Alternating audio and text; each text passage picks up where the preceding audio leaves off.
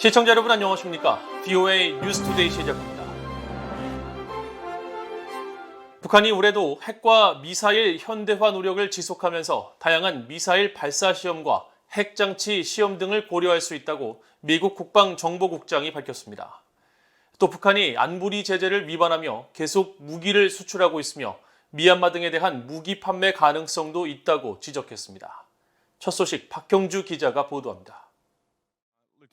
미국 국방부 산하 국방정보국 DIA의 스콧 베리어 국장은 17일 하원 군사위원회 정보특수작전 소위원회가 주최한 청문회에 제출한 서면 답변을 통해 북한이 2022년에도 핵과 미사일, 군사 현대화 노력을 지속할 것으로 예상한다고 밝혔습니다.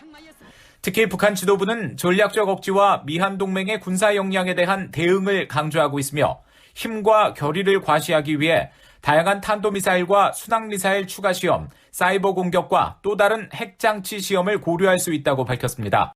그러면서 김정은 국무위원장이 미국과의 잠재적인 협상에서 자신의 지렛대를 강화하기 위해 이런 군사적 개발을 활용할 가능성이 높다고 지적했습니다.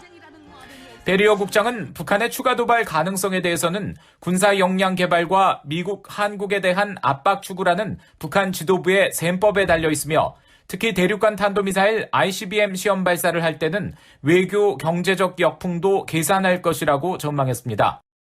이어 북한의 군사력은 자원의 제약과 노후화된 장비, 코로나 확산 차단을 위한 훈련 축소 등으로 어려움을 겪고 있지만 이런 제약에도 불구하고 지상 공군, 해군, 특수작전, 미사일 전력을 보유하고 있다고 지적했습니다.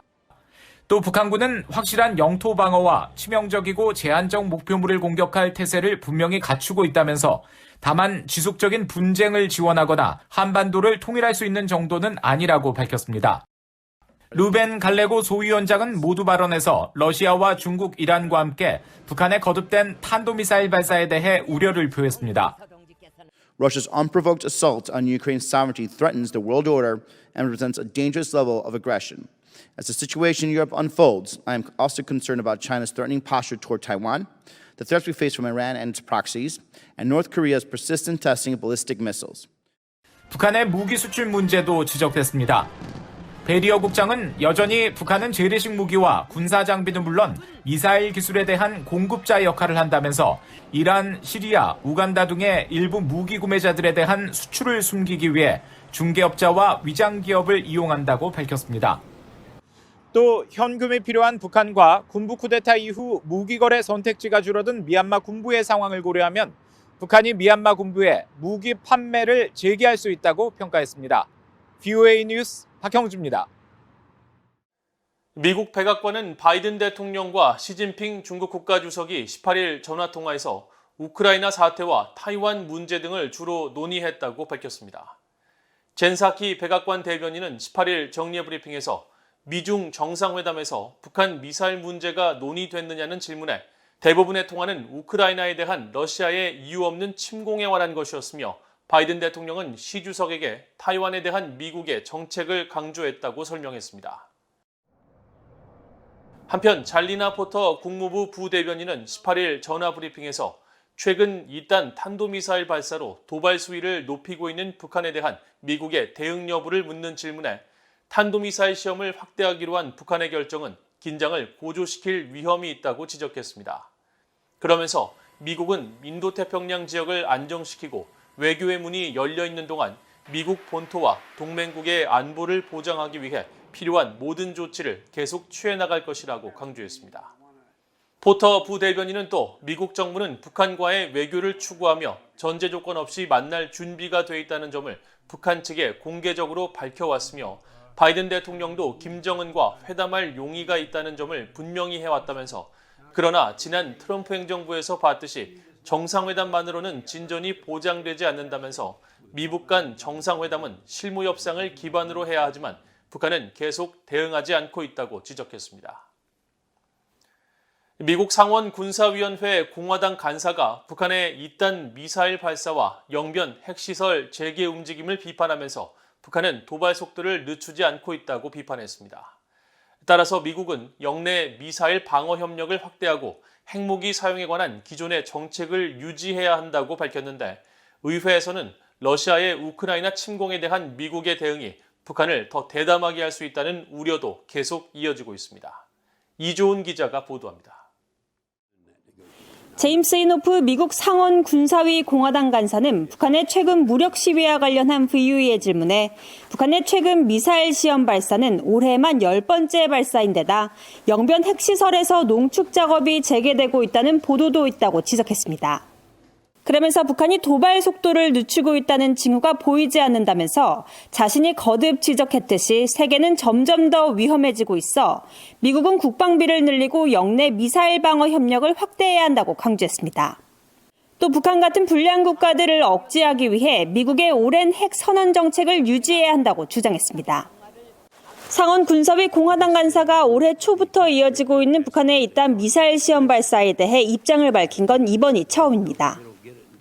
러시아의 우크라이나 침공 사태에 대한 미국의 대응이 북한과 같은 적국들의 행동이 대담한 결과로 이어질 수 있다는 공화당 의원들의 지적은 계속되고 있습니다. 공화당의 마이클 월츠 하원 의원은 17일 폭스뉴스 웹사이트에 올린 기고문에서 조 바이든 대통령은 러시아가 우크라이나에 대해 대량 살상 무기 WMD를 사용하지 못하도록 레드라인을 그어야 한다고 주장했습니다. 그러면서 미국이 러시아가 다음 단계를 받는 것을 막지 못한다면 우크라이나 국민들은 계속 대규모 만행을 겪게 될 뿐만 아니라 중국과 북한 그리고 이란이 주변 국가들에게 잔인함의 한도를 밀어붙일까 염려된다고 강조했습니다. 앞서 민주당의 잭 리드 상원 군사위원장은 북한 문제를 해결하기 위해선 국력의 모든 요소를 동원해야 한다는 입장을 밝혔습니다. Maintaining peace and stability on the Korean Peninsula must remain a priority for the Department of Defense, though solving the long-term challenges posed by North Korea will require all elements of national power.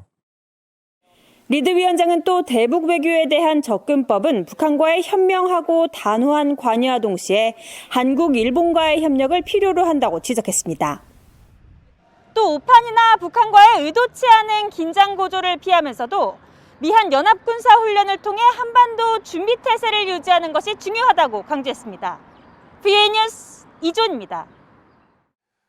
북한이 지난해 최소 7차례의 가상화폐 해킹을 통해 4억 달러가 넘는 디지털 자산을 탈취했을 가능성이 있으며 북한의 자금 세탁 기술은 날로 진화하고 있다고 미국의 가상화폐 분석기업 체이널리시스가 지적했습니다. 체이널리시스의 공동 설립자인 조나단 레빈 대표는 17일 미국 상원이 주최한 청문회 출석에 앞서 제출한 서면 답변을 통해 북한의 공격은 주로 투자회사와 가상화폐 등 디지털 자산 거래소에 집중됐다면서 이같이 밝혔습니다. 특히 북한 연계 해킹 조직은 피싱과 코드 악용, 악성 코드 등을 통해 해당 기관의 가상화폐 지갑에 접근해 이들의 자산을 자신들의 가상화폐 지갑으로 옮겼으며 이렇게 확보한 자금을 은폐하고 현금화하기 위해 정밀한 돈 세탁 과정을 진행해 왔다고 밝혔습니다. 그러면서 여러 사이버 안보 전문가들은 이런 행위자들이 미국과 유엔의 제재 대상으로 지정된 북한 정찰총국의 지휘를 받는 라자루스 소행인 것으로 분석하고 있다면서 라자루스가 자금 세탁을 통해 얻은 수익은 북한의 대량 살상 무기와 탄도미사일 프로그램을 지원하는 데 쓰이고 있다고 밝혔습니다. 러시아의 우크라이나 침공 사태가 이어지는 가운데 북한이 러시아산 원유를 싼 값에 수입하면서 정치적, 경제적 이익을 취할 가능성이 있다는 분석이 나왔습니다. 미국의 북한 전문 매체 38로스는 16일 러시아의 우크라이나 침공으로 신냉전이 격화되고 있는 상황에서 북한이 실제적 이득을 얻을 수 있는 분야는 경제라면서 북한이 미국과 유럽 등 서방의 제재로 수출이 막힌 러시아산 원유를 헐값에 구매할 수 있다고 지적했습니다. 이어 북한은 현재 운영을 멈춘 연간 250만 톤의 원유 정제 정유 공장을 나선 경제특구에 갖고 있다면서 북한이 대북 제재 이전 수준으로 러시아산 원유 수입을 재개하고 이곳을 재가동할 경우 비료나 연료, 정제품 생산이 늘면서 농업과 공업 생산 증가 등 북한 경제가 현재 겪고 있는 어려움을 타개하는 데 도움이 될 수 있다고 평가했습니다. 또 경제적 어려움을 겪고 있는 북한은 과거 공산진영의 관례대로 경화 대신 물물 교환 형태로 러시아와 원유 거래를 할 수 있을 것이라면서 러시아의 원유를 얻는 대신 북한은 유엔 안보리 제재로 금지된 북한 노동력을 시베리아 지역으로 파견하는 활동을 다시 강화할 수 있다고 전망했습니다. 북한 청년들이 반동사상 문화 배격법 등 당국의 처벌 강화에 따른 두려움으로 외부 정보 접근을 상당히 꺼리고 있다고 최근 북한을 탈출한 탈북민들과 북한 전문가가 말했습니다. 18일 북한의 정보 자유라는 주제로 주한 미국 대사관과 미국의 비정부 기구인 국제공화연구소 한국사무소가 공동 주최한 화상회의에 참석한 북한 평양理과대 출신의 탈북민 장혁 씨는 북한 주민들은 안전한 루트가 없으면 과거보다 외부 정보에 접근하려 하지 않는다고 밝혔습니다. 한국항공대에 재학 중인 탈북 청년 유성현 씨도 외부 정보 접근이 과거보다 몇 배나 더 힘들어졌다며 북한에서는 한국 드라마나 영화를 본 것만으로 최대 15년의 노동교화형 처벌을 받는 데 대한 두려움이 팽배해 있다고 지적했습니다. 이와 관련해 참석자들은 북한 주민들이 보다 안전하게 외부 정보에 접근할 방법을 모색하고 북한 주민들에게 실질적으로 도움을 줄 수 있는 다양한 통계와 학습 정보 유입이 필요하다고 강조했습니다. 특히 한국국민통일방송의 이광백 대표는 외부 정보 유입 단체들도 주민들에게 피해가 가지 않도록 치밀한 배려와 노력이 필요하며 직접적인 정권 비판 내용보다 세상과 자신의 삶을 비교하는 내용으로 조정하고 있다면서 당국에 발각돼도 바로 파기할 수 있는 초소형 SD카드를 사용하고 있다고 설명했습니다. 이상으로 BOA 뉴스투데이를 모두 마칩니다. 시청해주신 여러분 고맙습니다.